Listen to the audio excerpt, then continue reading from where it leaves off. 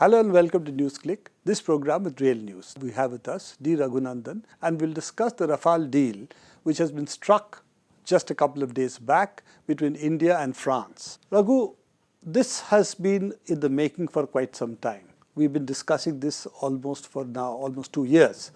So what is the final figure in terms of the price of the aircraft and how many aircraft are we getting? The deal struck now is for 36 Rafale fighters for close to $8 billion, $7.7 billion thereabouts, which includes the weaponry and the maintenance and so on. So it's an all-in figure, and the 36 aircraft are being bought in a flyaway condition. How this differs from where we started was this multi-role combat aircraft deal which India had wanted going back a decade. The initial demand was for 126 aircraft. That's what India wanted, of which the bulk of them were supposed to have been manufactured in India through technology transfer agreements.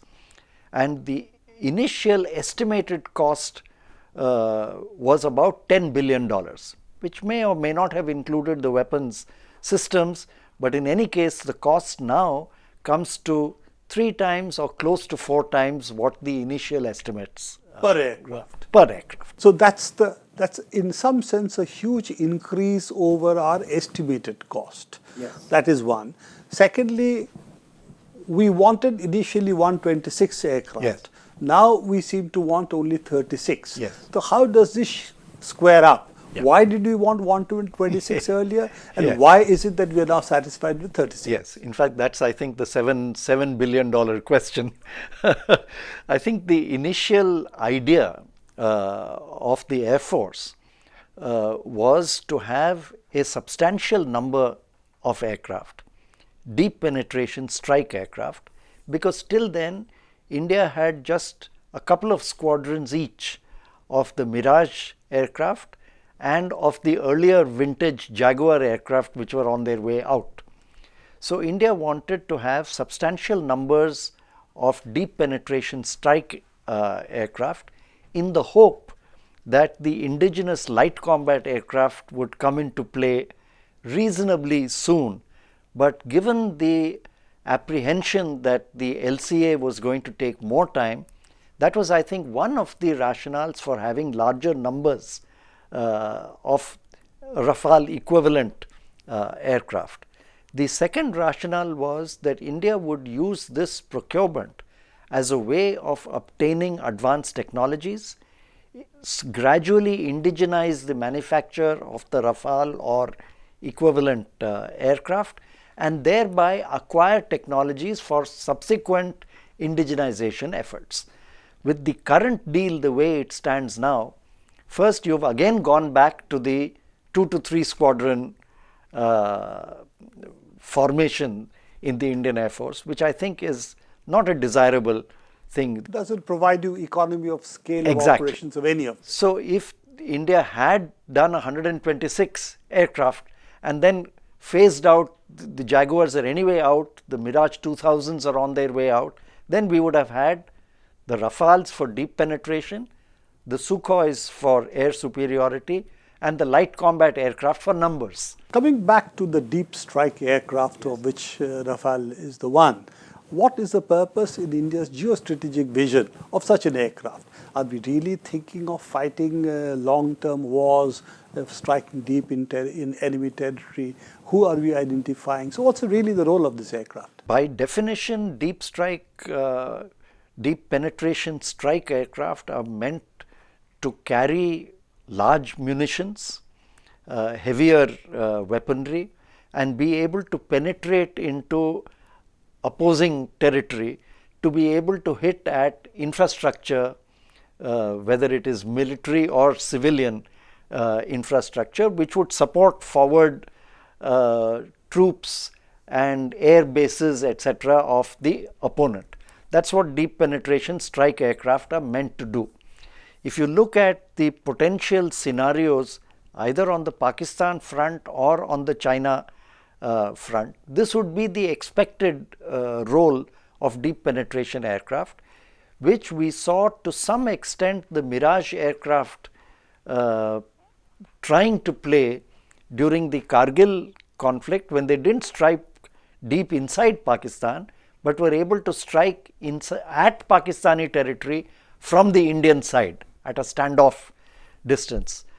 The role that the Rafales or equivalent aircraft could play on the Chinese front is slightly more doubtful given the Himalayan high altitude terrain that you face there, but presumably they would play a role. The other factor, of course, which needs to be taken into consideration is that the Rafales are nuclear capable, and the only other deep penetration strike aircraft which the Indian Air Force has, which are nuclear capable, are the Mirage 2000s, which are gradually going to be phased out. The last question that I have, that India has been trying to build an indigenous aircraft industry. Do you think that all this kind of mission buying that we do, and what you said just now, the 126 was with an idea of indigenization, this 36 aircraft doesn't seem to be in that mode at all. So how does it affect India's indigenization program for aircraft development and delivery, which as we know, you were one of the people involved once upon a time, because you spent some time in Hindustan Aeronautics as an aeronautical engineer. The story of India's indigenization programs for military equipment, particularly aircraft, since we are talking about this, has been a story of missed opportunities. We have done these indigenization projects earlier too, when we used to make aircraft bought and then manufactured in India under license. And the logic of that was that this would help you to absorb technologies which you would then use to develop platforms and build on that for the next generation of aircraft. We have had serial licensed production without having gone through the necessary discipline to absorb the technologies and build on that for the indigenous programs. Maybe the 126 Rafale aircraft also would have suffered the same fate. One only hoped that with a reasonably successful, although highly delayed, indigenous production of the light combat aircraft, if the 126 Rafale aircraft had been bought with license production or technology transfer and manufacture, that would have given India a good technology base on which to build future indigenization programs. I'm afraid with this 2-squadron purchase of aircraft, we are reverting to a model of outright purchase without an opportunity or even the prospects of indigenization. The advanced aircraft today seem to be very expensive even by advanced countries' economic standards. For instance, F-35. It's too expensive and it seems to have too many problems. Increasingly, in fact, the reports are it seems to have the same problem as Samsung Note 7, that the battery tend to catch fire.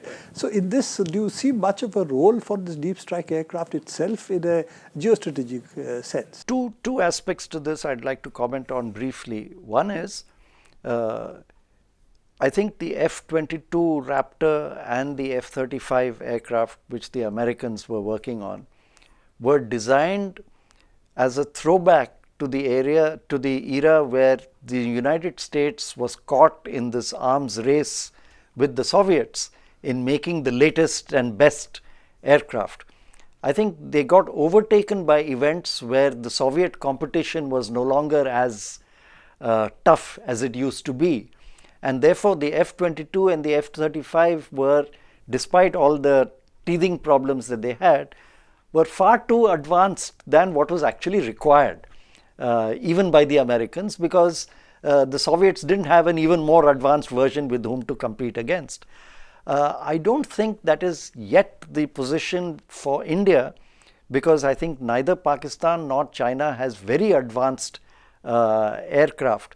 But India having decided to go in for purchase of Rafale, which I think is a purchase keeping the next 20 years or so in mind, this is about as advanced as we need to get, given the environment in which we are operating. So I don't think we are in a race to make the more advanced versions. I think the Indian Air Force would do better in concentrating on indigenous production of numbers of what are called 4+ generation aircraft. India also has an agreement with the Russians to co-develop a 5th generation aircraft, which is running into a bit of problems now. If we do that, but keep ambitions moderate rather than very advanced, I think we would do well enough for the next 40 or 50 years. I don't think we need to get more ambitious than that. Thank you very much, Raghu, and we hope that we can discuss these issues further with you as we go along.